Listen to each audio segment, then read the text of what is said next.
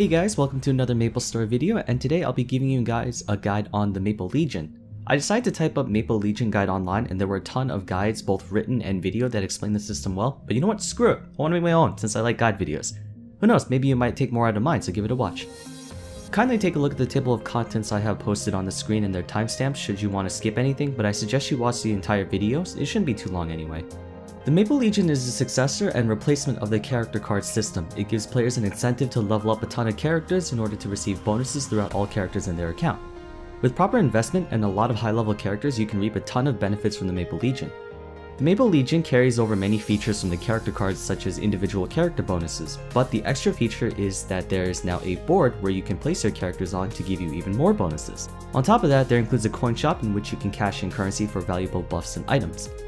Character cards did have set bonuses if you had a certain trio of classes together or simply having character cards, but the Maple Legion, while having no set effect, gives something far better, which I'll get into. Going into set bonuses, here is the Maple Legion board. You can access it by two ways, selecting the menu button and hitting Manage Legion, or having it simply bind it to a hotkey. When you open the Maple Legion, you'll see a lot of stuff on your screen. First, there are your characters lined up in order of level, highest to lowest, a grid table on the left, your Legion rank and supplementary information, followed by the Legion bonuses on the bottom right. Each character serves as a block, kind of like Tetris. The size of the block depends on its ranking, which is determined as follows. The higher your character's level, the more space they will occupy on the board, which is a good thing because unlike Tetris, you want to fill up as much of the board as possible. To place character blocks on the board, you always have to start in the middle and then work your way around. Character blocks must be adjacent to another character block at all times. You can't just place them wherever you want because that would be overpowered. You can also change the rotation and position of the character blocks when placing them on the board, which is convenient. Additionally, character blocks can overlap each other if ever needed, but you should always try to take as much space as possible, and from what I've seen so far, warriors are square blocks, thieves are L-shaped, archers are a line, magicians are T-shaped, and I don't know what pirates are, I think they're just plus-shaped.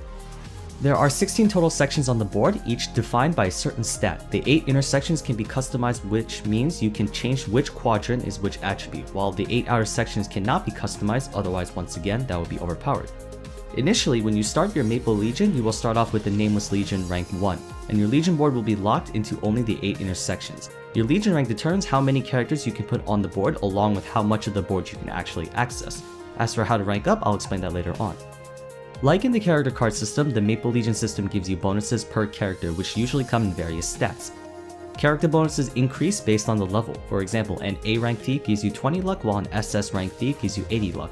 Your objective is to get yourself loaded with the best card bonuses such as Hayato or Shade's critical damage, Demon Avenger and Kana's boss damage, Blaster or Beast Tamer's ignore defense, but just remember that you can't stack multiple of the same character bonuses such as 2 Hayatos or 2 Kadinas, etc. Character bonuses are completely independent of the board bonuses, and there is no set effect like backing character cards.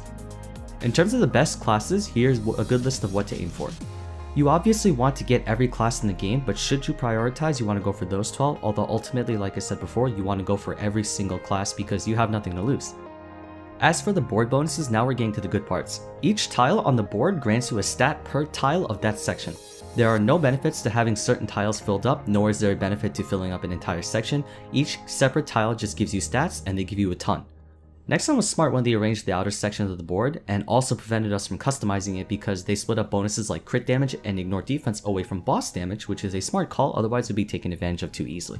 Honestly, all of the 8 outer sections are really good, except maybe knockback resistance, since you can have up to 3 presets, which I'll talk about later and during the coin shop. You can have a preset for bossing, a preset for training, and then maybe an auxiliary preset for something else. The stats you definitely want to go for are crit damage, ignore defense, boss damage, and buff duration.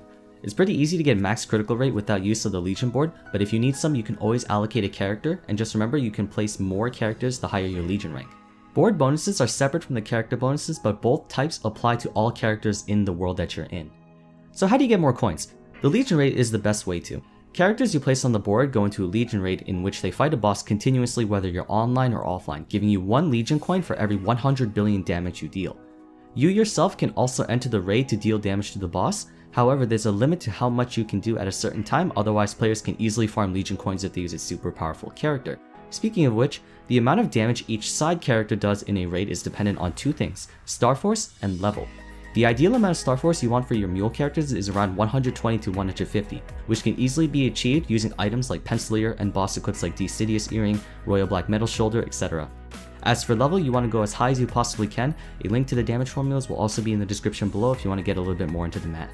To fully maximize your raid power, you want to use your highest level and highest Star Force characters in as many of them as possible. They will accumulate coins for you even while you're offline. Coins can be used for two things, to expand your Legion board and to purchase items from the coin shop. You want to focus mainly on expanding your Legion board, but the shop has some nifty items to it which I will get to in a bit.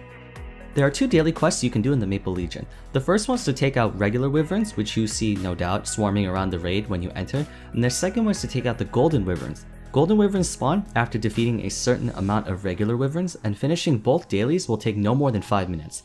They award you with a total of 30 coins, which is definitely helpful. Finally, we have the coin shop. While I said earlier you want to focus on expanding your Legion board, if and when you do, you can move over to the coin shop. It has a ton of items that are beneficial to any player funded or unfunded. You'll notice 4 types of buffs when looking at the Legion shop: attack, experience, drop rate, and meso obtain respectively. But if you scroll further down, you'll see some other items like clean slates, epic pot scrolls, potential stamps, cubes, meso boxes which I don't think are worth it, some leveling potions which are also not worth it, bonus pot scrolls, and finally Legion preset coupons. To unlock Legion presets, you have to buy Legion preset coupons, which are hefty in price and not really worth getting into until you have at least a maxed out Legion board, but when you do, you can get 3 of them. The best items to go for are obviously the 100% experience coupons since they can help you with training, and buying the other stuff is based on your discretion. Anyway, that wraps it up for the Maple Legion. As always, questions are welcome in the comment section below, and feel free to point out anything I might have missed. Thanks again for watching, and I hope you learned something from it. This is a very powerful system and can make all your characters really strong, especially if you have a high Legion score, so take advantage of it as best you can. Stay tuned for an upcoming training guide this week, which I'll get started on right away, so I'll see you guys in the next video. Take care.